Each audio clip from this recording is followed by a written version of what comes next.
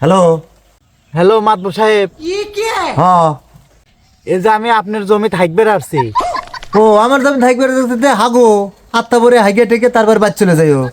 সুস্থ আমি হ্যাঁ শোষো পানি টানি নাই শোষো এখানকার পানি সেই ঠান্ডা।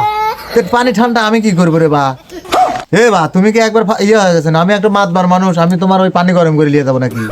শোনেন মাতবর সাহেব, আমার বাড়ি কল 30-40টা ভোট আছে।